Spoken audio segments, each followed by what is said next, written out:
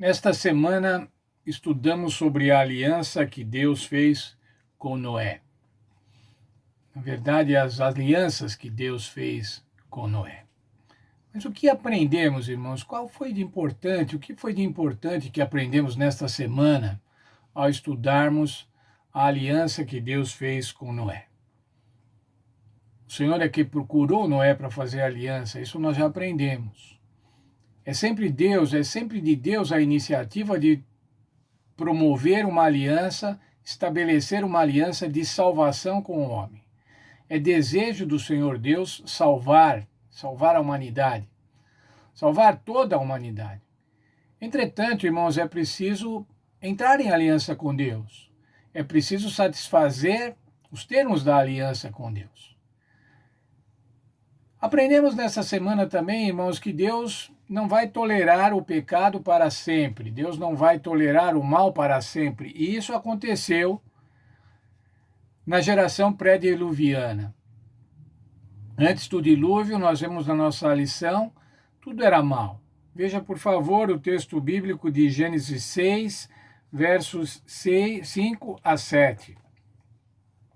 Viu o Senhor que a maldade do homem se multiplicara sobre a terra e que toda a imaginação dos pensamentos do seu coração era má continuamente. Então arrependeu-se o Senhor de haver feito o homem sobre a terra, e isso lhe pesou no coração. Disse o Senhor: destruirei de sobre a face da terra o homem que criei, tanto o homem como o animal, os répteis e as aves do céu, pois me arrependo de os haver feito. Mas veja, irmãos, Deus fez uma coisa e se arrependeu. Deus é como o homem que se arrepende. Me arrependi de ter feito isso. Será que o arrependimento de Deus é assim, irmãos? É uma frustração? Não, irmãos, o arrependimento de Deus é uma total oposição ao pecado.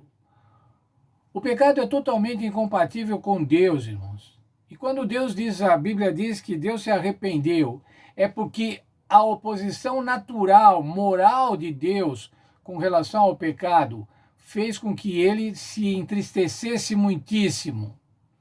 E isso que a Bíblia trata no texto como o arrependimento de Deus.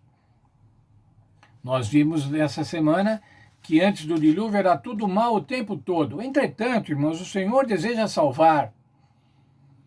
Tem muitos textos na Bíblia que diz que o Senhor não tem prazer na morte de ninguém, o Senhor quer que as pessoas sejam salvas. E veja o verso 8 de Gênesis 6. Noé, porém, achou graça aos olhos do Senhor. Como que se dá a salvação, irmãos? Como que se deu a salvação de Noé? Pela graça.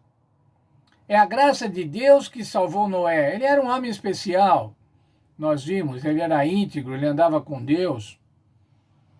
Mas o Senhor deu graça para que Noé pudesse ser salvo, Noé e a sua família. E Deus estabeleceu uma aliança com Moisés e com seus filhos. Eles deveriam construir a arca.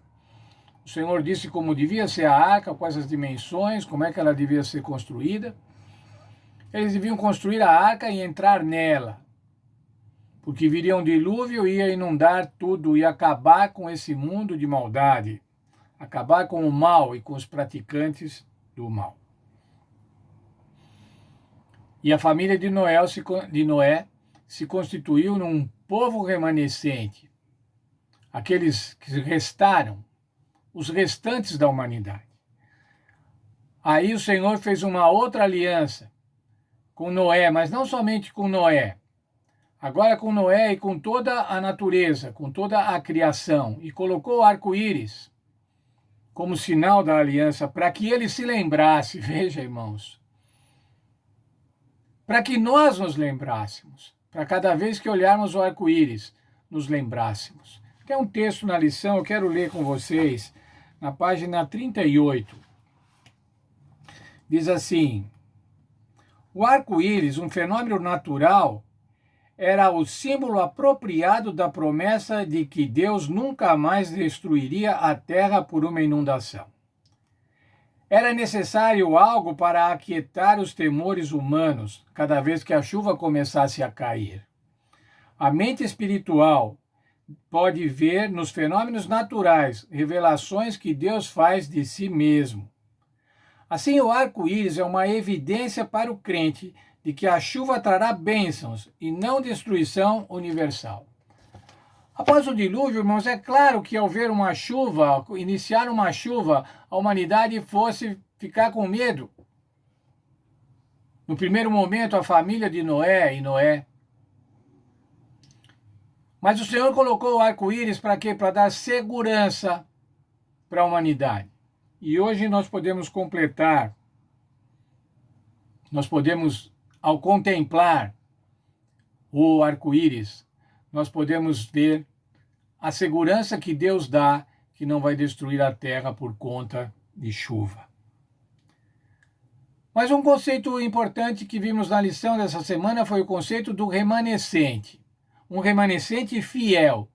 Quando a Bíblia fala de remanescente, irmãos, de salvação de remanescentes, de salvação dos restantes, ela está falando daqueles que são fiéis a Deus, que permaneceram fiéis a Deus.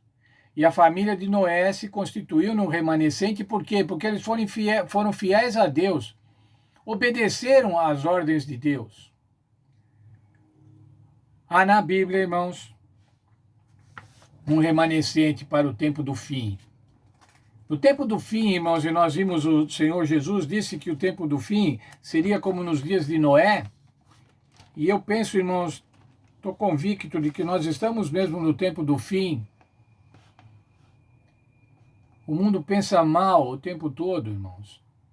As coisas são continuamente más, o pecado graça nesse mundo. E as pessoas são vítimas do pecado. Basta você andar pela rua. Veja quantos sem teto, quantos indigentes. Vítimas do pecado, irmãos, porque se não fosse o pecado, eles teriam a condição de dignidade humana que Deus pretende para cada um dos seus filhos. Mas veja lá, irmãos, esse remanescente do final dos tempos. Apocalipse 12, 17. Então o dragão irou-se contra a mulher e foi fazer guerra aos demais filhos dela, os que guardam os mandamentos de Deus e mantêm o testemunho de Jesus. Para você ser um remanescente, para você ser um remanescente salvo pela graça, você tem que dar um testemunho de Jesus. Testemunhar de que Jesus é o teu Salvador. Testemunhar, crer no Senhor Jesus Cristo e dar o testemunho. E mais ainda, guardar os mandamentos. Noé tinha que guardar o mandamento. Qual era o mandamento? Fazer a arca e entrar nela. Pregar enquanto fazia a arca, 120 anos.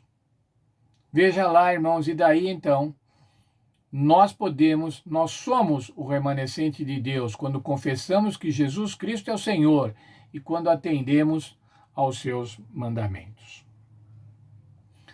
Para que serve estudarmos sobre a aliança noética, a aliança feita com Noé? Só tem um objetivo, irmãos, para nós estudarmos essa aliança. É para que nós sejamos estimulados a estabelecer uma aliança com Deus, a participar da nova aliança em Cristo, a fazer a nossa parte, que é fazer a vontade de Deus, e receber a parte do Senhor Deus na nova aliança, que é nos salvar. E a Bíblia diz lá em Jeremias, vai escrever a lei no nosso coração. Não vai ser uma lei dura, um manual, uma coisa que nós vamos ler, mas vai estar naturalmente no nosso coração. Participarmos da salvação pela graça. Foi a graça que salvou Noé e sua família. E veja lá, irmãos, o apóstolo Paulo respondendo ao carcereiro, quando ele perguntou, depois de estar atônito de tudo aquilo que tinha acontecido, aquele terremoto que havia aberto as portas das celas, e os presos todos soltos agora fugiram, mas os presos estavam todos lá. O apóstolo Paulo havia ficado com aqueles presidiários todos. E diante dessa surpresa, diante desse milagre, o carcereiro perguntou para Paulo, Encontramos isso lá em Atos 16, versos 30 e 31. Então tirou-os para fora, dizendo: Senhores, que é necessário que eu faça para me salvar? Responderam eles, Paulo e Silas: Crê no Senhor Jesus Cristo e serás salvos, tu e a tua casa. Como fazer para ser salvo, irmãos? Crer no Senhor Jesus Cristo. E a Bíblia diz, quando você crê no Senhor Jesus Cristo, vai ser salvo você e a tua casa. Claro, irmãos, que é uma decisão individual, uma decisão de cada um. A tua casa não vai ser salva no teu pacote. Mas se você crer no Senhor Jesus Cristo, a tua casa vai crer no Senhor Jesus Cristo. Pode crer no Senhor Jesus Cristo. E desse sentido, crer no Senhor Jesus Cristo vai fazer com que eu seja salvo e a minha casa, meus filhos, meus netos, minha mulher, estejamos salvos. Quando você crer no Senhor Jesus Cristo, a tua casa pode toda ser salva. A tua esposa, os teus filhos, teus sobrinhos, por conta do teu testemunho. Que Deus abençoe cada um de nós, irmãos, e que esse estudo da aliança noética, a aliança feita com Noé, as duas alianças, a aliança pré-dilúvio e a aliança pós-dilúvio, possa nos inspirar a querer entrar em aliança com Deus através do Senhor Jesus Cristo. E dessa forma sermos salvos, porque o desejo do Senhor é salvar cada um de nós. O desejo do Senhor é salvar a mim e é salvar a você. Deus abençoe a todos. Tenham um feliz sábado.